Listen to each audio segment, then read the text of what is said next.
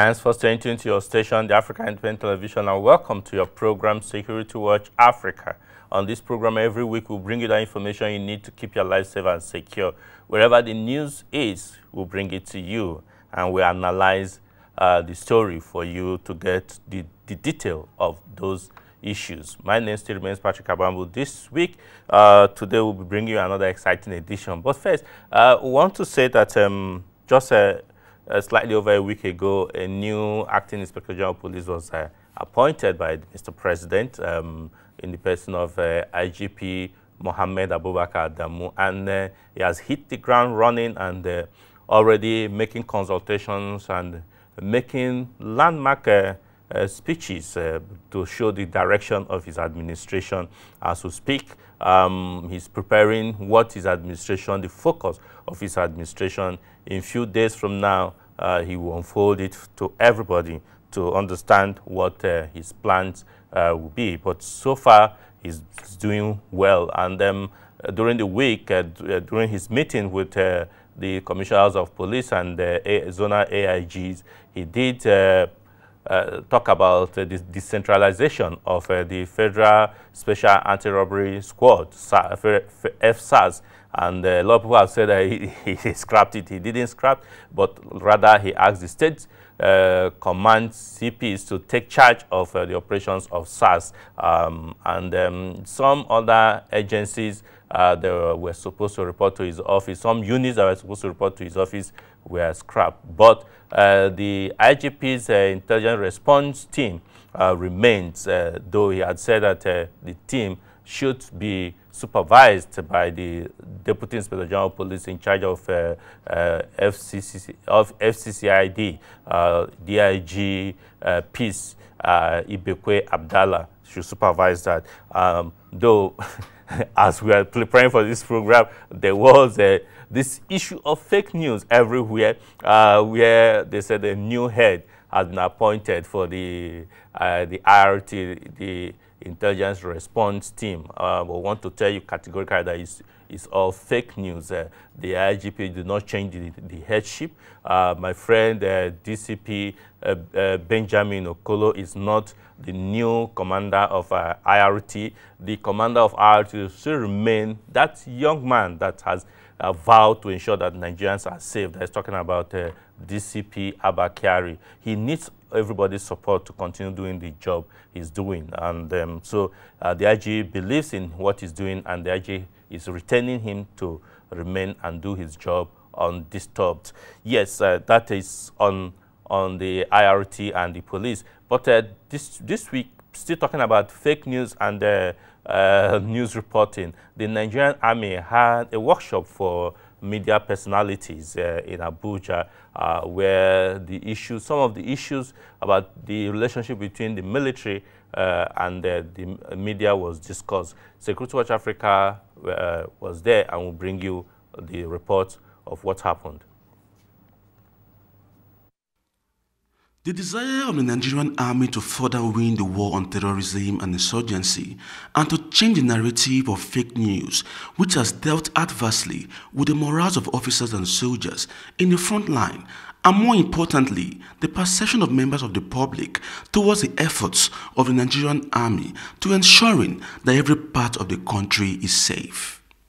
The Nigerian Army, under the leadership of the Chief of Army Staff, Lieutenant General Tukusu Buratai, organized the first Nigerian Army Media Conference in collaboration with the Nigerian Guild of Editors, Nigerian Union of Journalists, and other key players in information dissemination in Nigeria, with the theme Enhancing Media-Military Relationship for Effective Fight Against Terrorism and Insurgency in Nigeria. The conference is targeted at bridging the gap between the Nigerian Army and the media, with the aim to curb the present challenges of negative reportage of the activities of the military trending in the country. The Director, Army Public Relations, Brigadier General Sani Usman, during his welcome address, thanked the Chief of Army Staff for providing the logistics for the conference. He emphasized the importance of the media in the activities of the Nigerian Army and sued for a more cordial partnership. We want the media to have a clear understanding of how the military system works especially during operations such as the fight against terrorism and insurgency in this country. The military and the media in Nigeria are indeed partners in progress, as both are working for the common good of the society in their respective ways. The Nigerian Army is deployed in various parts of the country on internal security duties in aid of civil authority and the fight against terrorism and insurgency to safeguard the territorial integrity of our great nation. And as expected, these operations have been subject of media coverage and inquiry. However, most of the reportage tend to negate the basic principles of giving the military fair hearing and were not reported in the context of national security objectives, thus creating room for mutual suspicion and misunderstanding. It is hoped that the deliberations will lead to far-reaching decisions at the end of this conference. This, we hope, will form the basis for further engagement and understanding the dynamics of our professions as it relates to national security.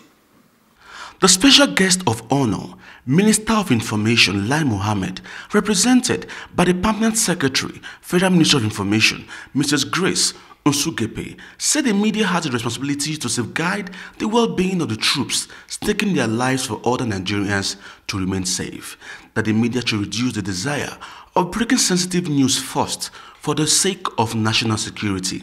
She further said news should be verified before publishing, that journalists should not break Nigeria just because they want to break news, citing the Rwandan genocide as a food for thought. When the Nigerian Army captured Baga and other places recently, all the papers published it. But unfortunately, it was just one or two of them that put it on the front page. That is very sad. However, virtually every paper and broadcast establishment in Nigeria prominently published about the attack by Boko Haram. That is very sad also. Some media organizations do that for commercial means, but we must know, as I always say, that tourists thrive in publicity. We are encouraging them by prominently publishing their acts of terrorism, forgetting that the soldiers killed or attacked are not losing their lives because they want it so, but because they are struggling to save all of us and keep us alive. They are staking their lives for you and me to survive and have the peaceful atmosphere to practice journalism and other professions. The Nigerian media must find a way to draw the line between support or lack of it for political authority vis-à-vis the security services. If you don't like the government of the day for whatever reason, you should not extend the hatred to the army or in general the security services. The Chief of Army Staff, Lieutenant General Tukusu Buratai, while addressing the conference, explained why the Army had to interrogate some staff of Daily Trust newspaper, as the Army had been accused of trying to muscle the media to a corner. Yes, we have the powers of arrest when we have any situation that will warrant us, to do that. We have that power of arrest, and it's constitutional, and everybody knows. Now, you see the release by the Director of Army Population says they were invited. Some were asking the question, is that invitation? But the truth is, we must take action, and we must take through the, and that action we took, we went along, not only the Army, but other security agencies. We went along, not only the Army, because we are conscious of such responsibilities. Yes. Ordinarily, if it were this time, we will table it, invite, or go straight to court without even talking to anybody. But this has to do with national emergency, national security, just as mentioned here. General Buratai further emphasized on the need to verify information before publishing and spoke passionately on the side effects of fake news on the psyche of his officers and soldiers, especially as it regards to the ongoing fight against terrorism and insurgency in the Northeast. There is so much information from different sources that a place has been captured, a place has been captured, and you want the military to also go along the same way to say, that place has been captured. There is no way we'll come out plainly and say that place has been captured. It's not possible.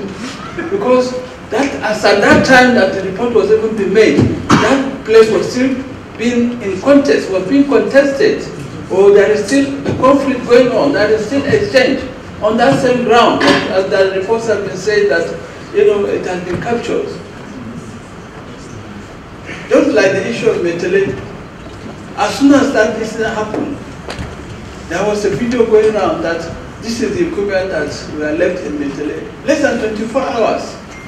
But even as at that time, the place was still being contested. Where did that information come from? So, do you want us to just say, Baga has been captured, or this will accept with what was going on? No. It has effect on morale. And it's been used as a propaganda by the terrorists and some elements to further demoralize the troops to fight. And I tell you, some of the setbacks we are having are likely due to the effect on the morale, the bad propaganda or the fake news that is affecting our troops on the ground.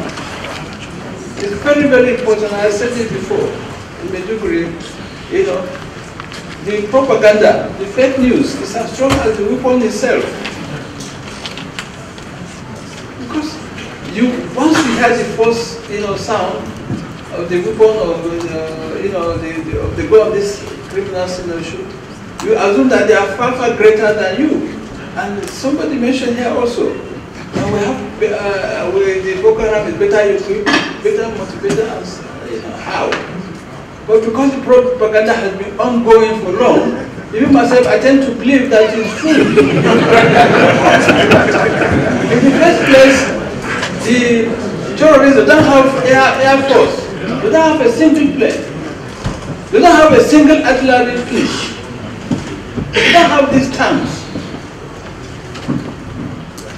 So many, you can't compare them with us. In terms of training, we are far better.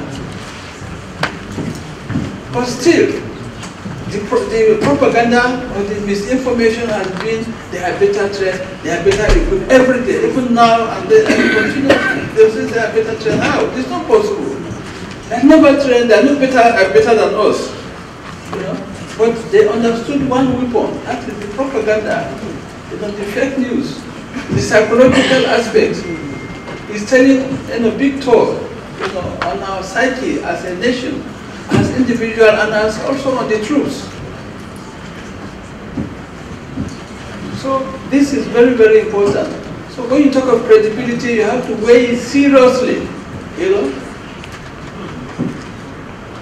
It has been in context. It's not that we have abandoned that place. We have never abandoned it.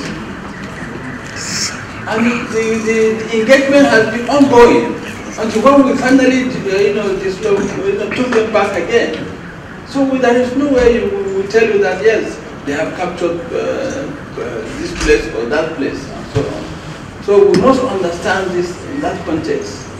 The conference is expected to last for 3 days and has Dr. Tony Iradia, former Director General, Nigerian Television Authority, as a keynote speaker, with lots of professionals in media and military affairs on ground to drop minds.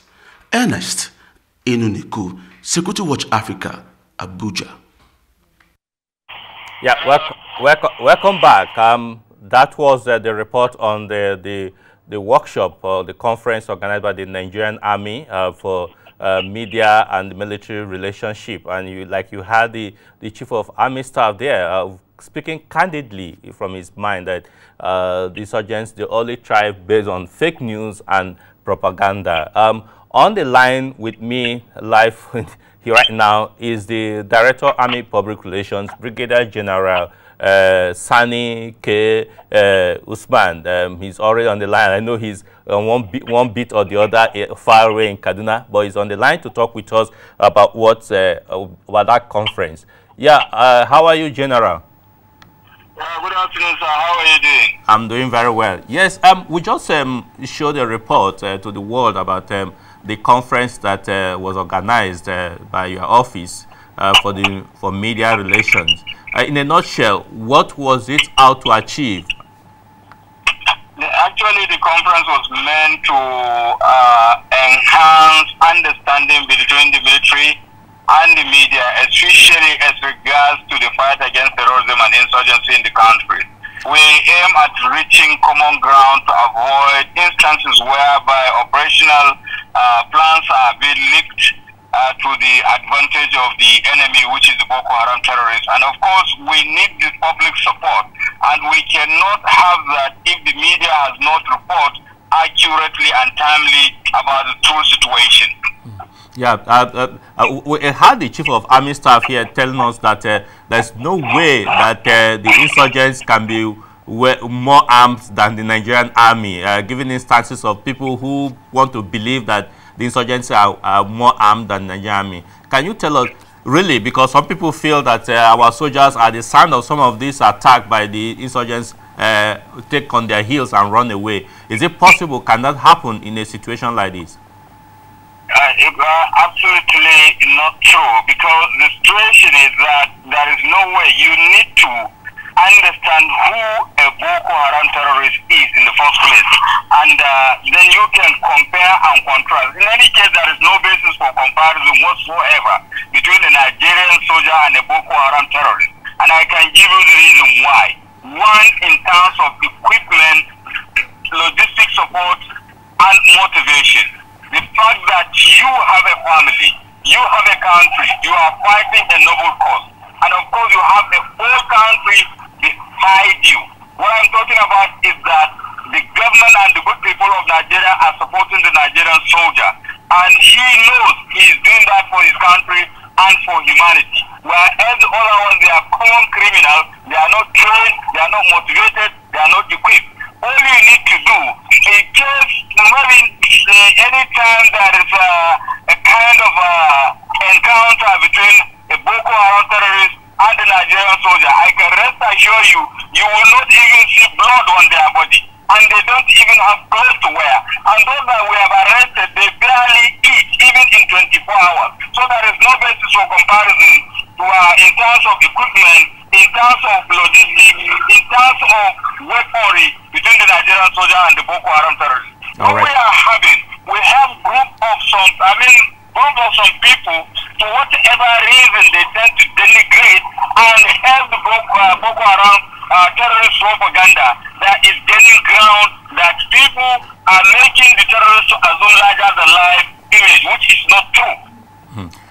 Now, let me say, in a few days from now, there will be election, nationwide general election. Will the army be able to help to ensure that some of these people in Northeast able to carry out their civic responsibility of casting their votes? A time without number, we have said the Nigerian army is concerned and has been in the vanguard in the defense and promotion of democratic governance in this country. And that is why all the security challenges associated with election violence, we are dealing with those issues. Hence, we have come up with exercise Phase 3. That's against what we had original basis this time around is all over the country to deal with noted security challenges that will form a kind of impediment to a free and fair and secured peaceful election in this country. So beyond the Northeast, every other part of the country is going to be secured so that we can have a peaceful election.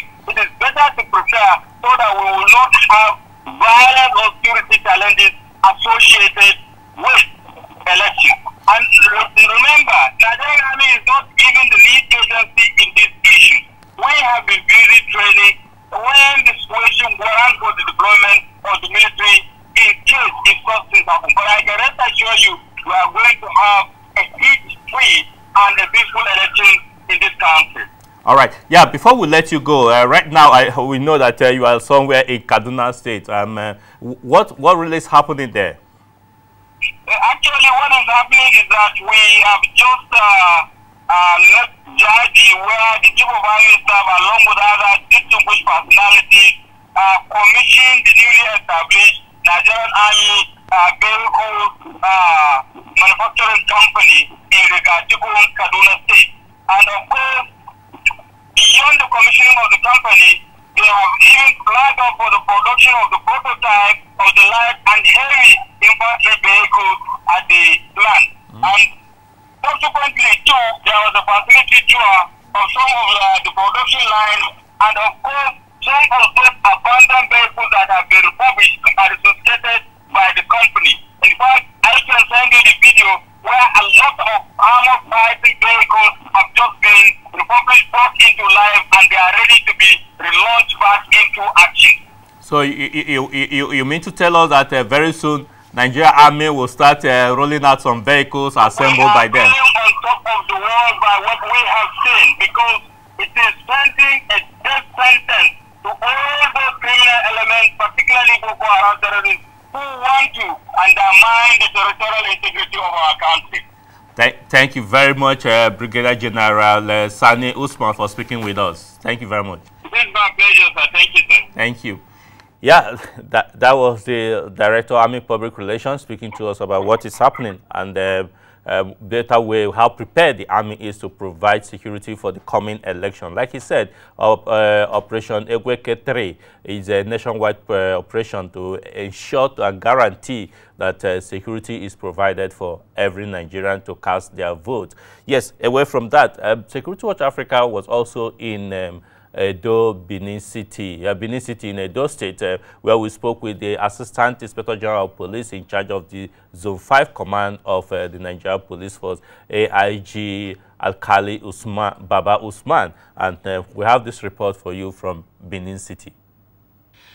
Zone 5 of the Nigerian Police Force, comprising Edo, Delta, and Bayelsa states, coordinated by AIG Alkali Baba Usman, have reiterated the determination of the police force to ensure that the 2019 general elections is violence-free and that citizens of these states go out to vote for candidates of their choice.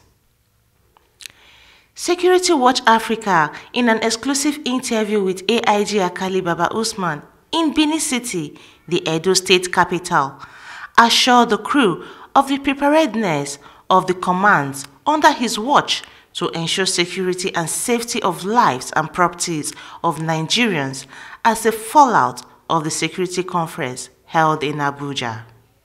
I also employed INEC to tell us what are our roles, because the training of a police officer or somebody who is going to man a polling station is not just his professional training of crime prevention and control.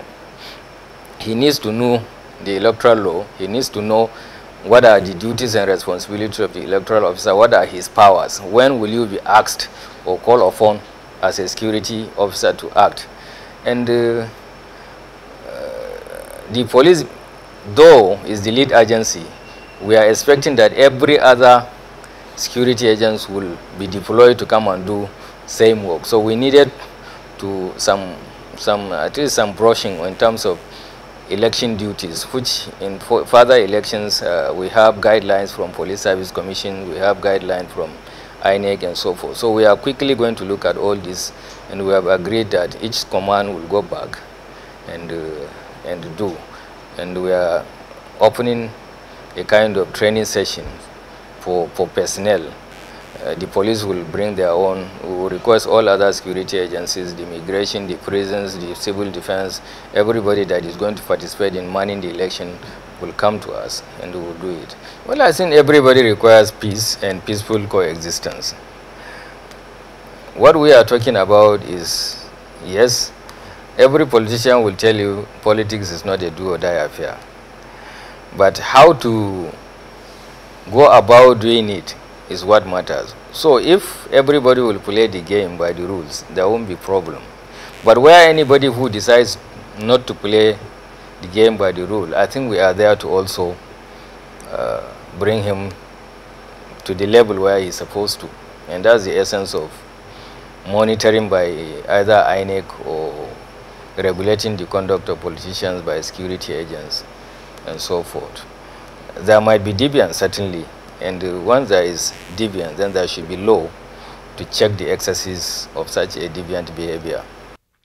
AIG Akali stated that though the rate of crimes in Delta, Edo and Bayelsa states have drastically dropped, the zone still has the menace of cultism to grapple with, and this, he says, is a task that must be taken seriously by all stakeholders in the security sector.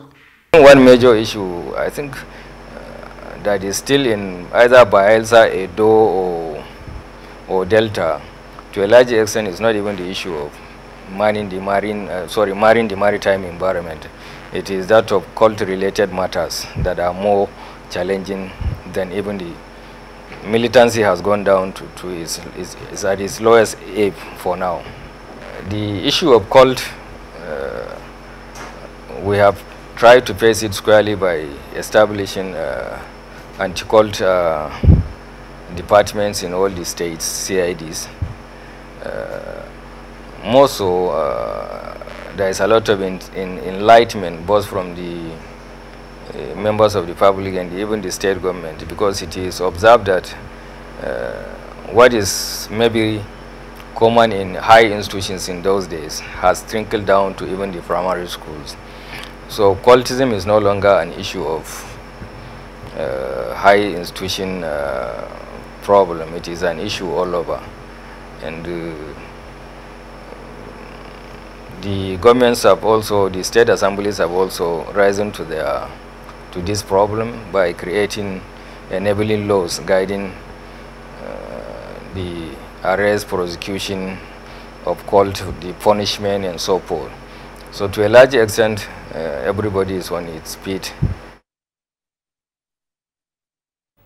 Oh, time is of the essence. Really, we won't have time to complete this report. We will continue with the report by next edition of this program, because we'll have to give room for other programs to continue. But like you heard him, that the Zone 5 Police Command is ready and set for the coming election. They have been trained and prepared for it. So on that note, we must sign off for other programs to continue. But if you have enjoyed watching us, join us again next week so we can bring a much better, exciting program for you. Make use of our social media platforms and communicate to us. Our Twitter account, our emails are there, our Facebook page is there. Like and comment so that we can take it on this program. Until we come your way again next week, I'll say thanks for staying tuned and bye for now.